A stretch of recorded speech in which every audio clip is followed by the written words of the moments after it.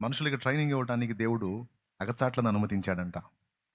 కష్టానుభవం లేకుండా మనిషి దేవుడు అనుగ్రహించేటువంటి ట్రైనింగ్ పొందలేడట.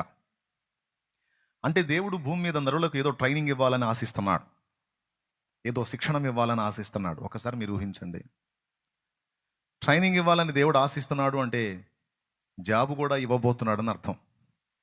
దేవునికి స్తోత్రం కలుగునుగా. అవునా? మనం సెలెక్ట్ అయితేనే కదా మనకి ట్రైనింగ్ ఇచ్చేది.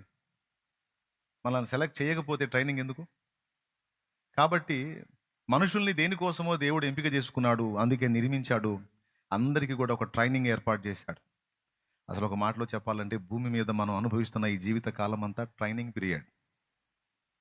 అర్థమైందా? ఇది ట్రైనింగ్ టైం. ఈ భూమి మీద ఈ చిన్ని జీవితాన్ని మనకు ట్రైనింగ్గా ఉపయోగించి తర్వాత రాబోతున్న శాశ్వత జీవంలో మనకు స్థిరమైనటువంటి పనిని దేవుడు ఇవ్వబోతున్నాడు. ఒక పని కోసమే, ఒక ఉద్దేశంతోనే, ఒక కారణంతోనే మనల్ని నిర్మించాడు. అనవసరంగా మనలో ఏ ఒక్కరిని కూడా దేవుడు నిర్మించలేదు. మనందరి సృష్టి వెనక, మనందరి నిర్మాణం వెనక దేవునికి ఒక ప్రణాళిక, ఒక ఉద్దేశము ఉంది. మనకు దేవుడు కేటాయించిన బాధ్యతలు కూడా రేపు భవిష్యత్తులో మనం పొందబోతున్నాం.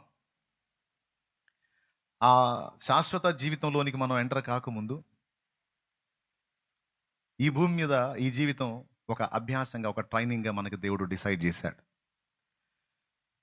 మీరు గమనించండి, ఎవరినైనా ట్రైనింగ్లో తీసుకుంటే కొంతమందికి 3 నెలలు, కొంతమందికి 6 నెలలు, కొంతమందికి 1 ఇయర్ ట్రైనింగ్, అట్లా ఉంటుంది ఆ పని యొక్క తీవ్రతను బట్టి. ఆ తర్వాత ట్రైనింగ్ పీరియడ్ అయిపోయిన తర్వాత కొన్ని సంవత్సరాలు వాళ్ళని వాడుకుంటారు జాబ్ ఇచ్చి. ఈరోజు మనల్ని కూడా దేవుడు ట్రైనింగ్లోకి తీసుకున్నాడు అంటే మనకు దేవుడు నియమించినటువంటి పని, జాబ్ ఏదో మనం పొందబోతున్నాం. ఇక్కడ మనం కొంత చేస్తాం దేవుని పని. ఇక్కడ నుంచి అక్కడికి వెళ్ళిన తర్వాత పర్మనెంట్గా మనకి అక్కడ విధులు నిర్వహించబడతాయి. మనల్ని విధుల్లో ఉంచబడతాడు. మనకు సిద్ధపరిచిన విధి ఏదో మనకి అనుమతిస్తాడు, అంగీకరిస్తాడు, తీసుకుంటాడు, అప్పగిస్తాడు.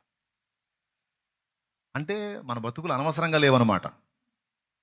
ఎప్పుడు కూడా ఎవరు అనుకోవద్దు, నేను అనవసరంగా పుట్టాను, నా బ్రతుకు అర్థం లేదని ఎప్పుడు ఎన్నడూ అనుకోవద్దు. అలా అనుకునే వాళ్ళు ఎవరైనా ఇక్కడ ఉంటే దయచేసి మారు మనసు పొందండి. దేవుడు అనవసరంగా నిన్ను చేయలేదు, నన్ను చేయలేదు, ఒక ఉద్దేశంతోనే చేశాడు. నిర్మించుకున్నాడు, ట్రైనింగ్ ఇచ్చుకుంటున్నాడు, రేపు తీసుకొని జాబ్ కూడా ఇస్తాడు. ఆమేన్. ఇక్కడ ఇస్తాడు బతకడానికి, అక్కడ కూడా ఇస్తాడు. అది శాశ్వతమైన ఉద్యోగం. ఉద్యోగం ఏందన్న ఉద్యోగం అనండి, నేను చెప్పేది నిజమే.